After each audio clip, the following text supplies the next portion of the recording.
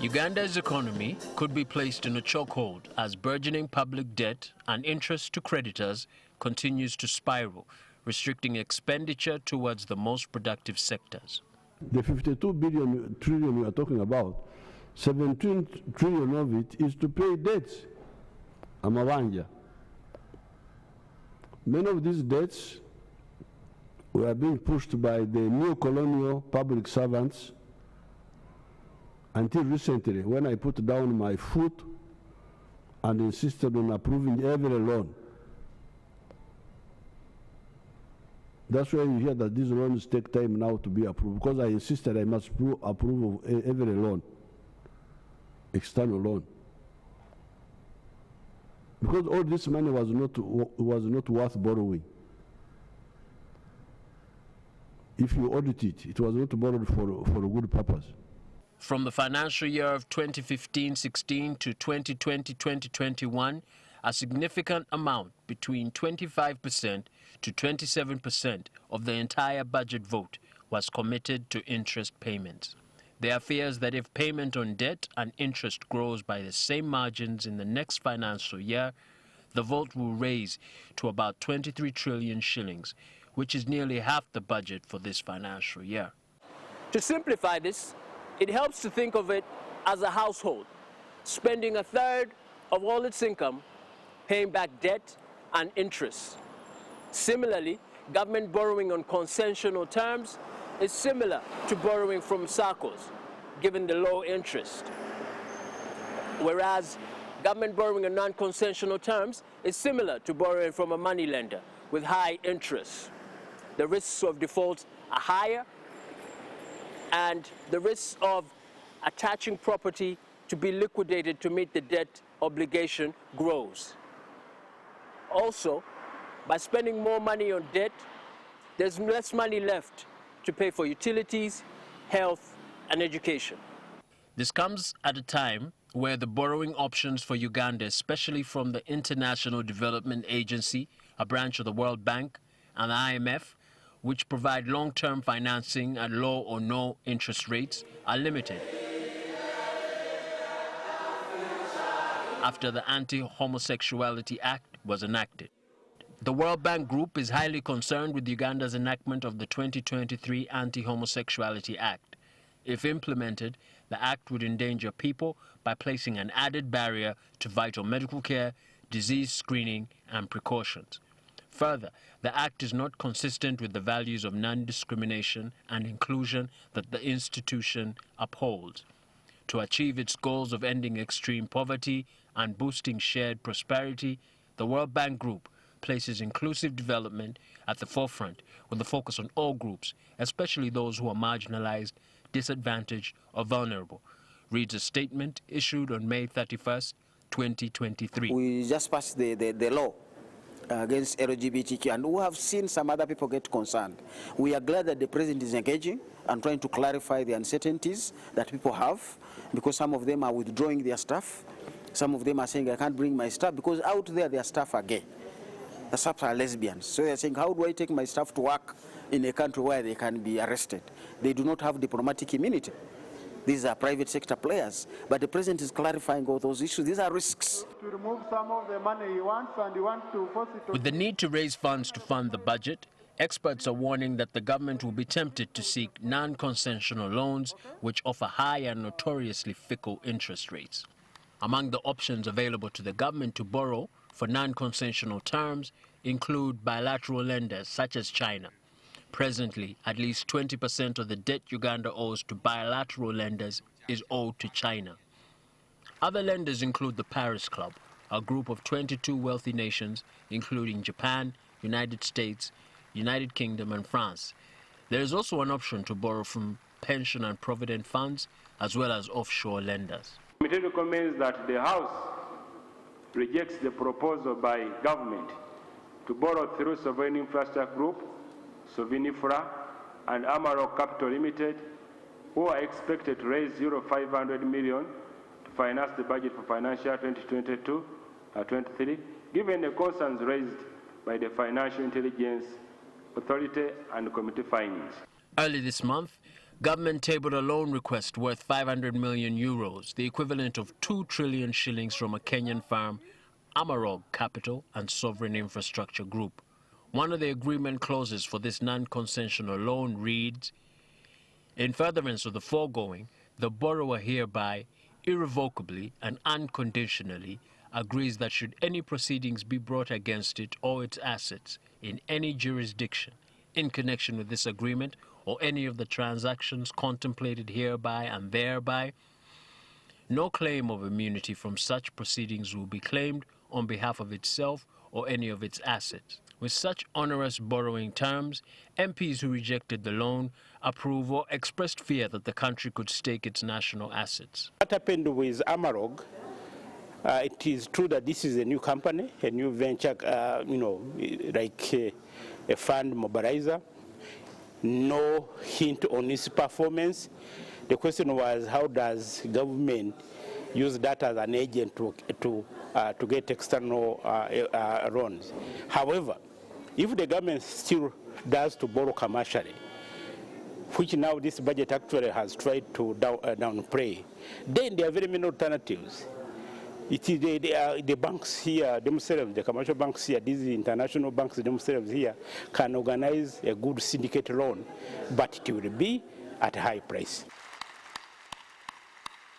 This comes at the time Chinese lenders continue to impose stringent conditions on low-income country borrowers as they seek to hedge risks. However, most of the Chinese loans to Uganda are under concessional terms from the Exim Bank. Some of these stringent conditions were imposed on the deal to borrow $200 million from China Exim Bank for the expansion and modernization of Entebbe Airport. The Ugandan government is required to channel all revenue into an escrow account, according to the contract obtained by Aid Data, a US-based research lab. Although Chinese creditors have required sovereign borrowers to place revenue from the project in escrow as a repayment security more frequently than other development lenders, the Entebbe Agreement goes further. The sales collection account shall be used to collect the revenues of Entebbe International Airport, including but not limited to revenues generated from the project.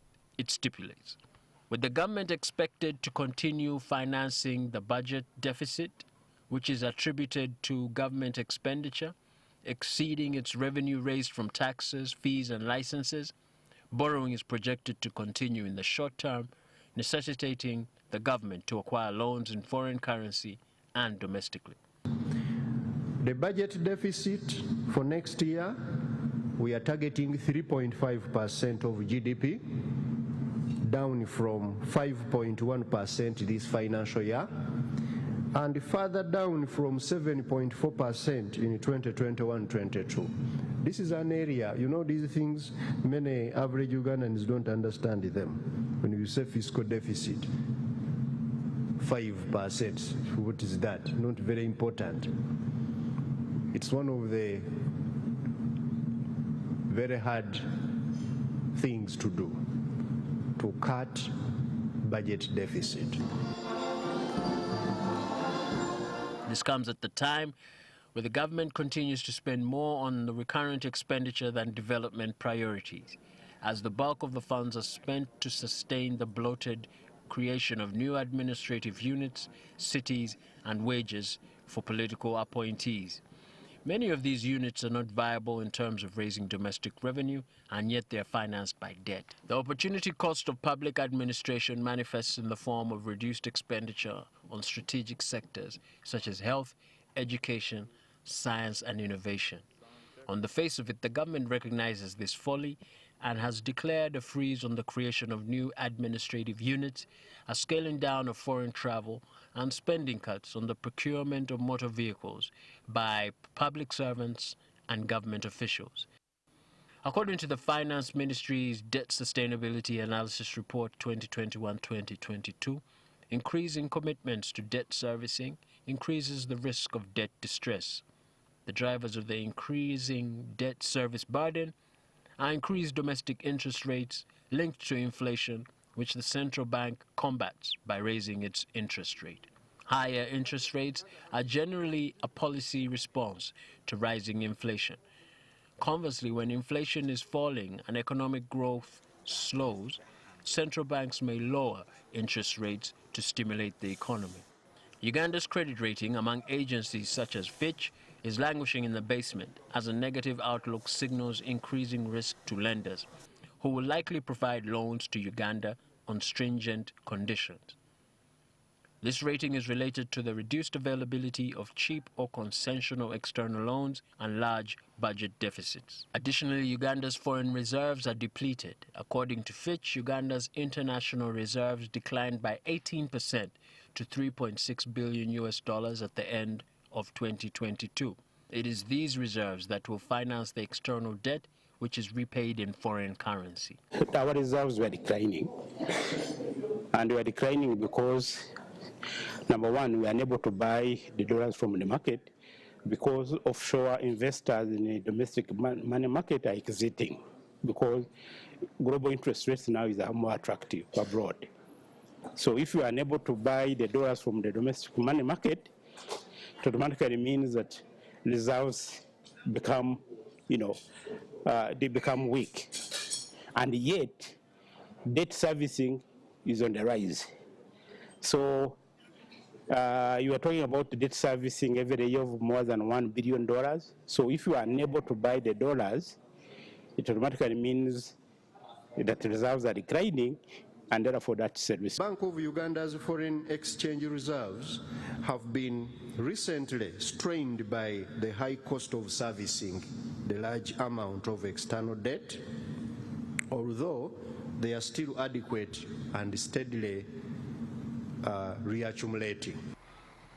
A major source of foreign currency is exports, which is key to Uganda's prospects of avoiding debt distress in the midterm. Uganda's main trading partners are Kenya, South Sudan, and DRC. So the non-tariff barriers to trade in the East African Community region, affecting milk and maize exports to Kenya and South Sudan respectively, do not bode well.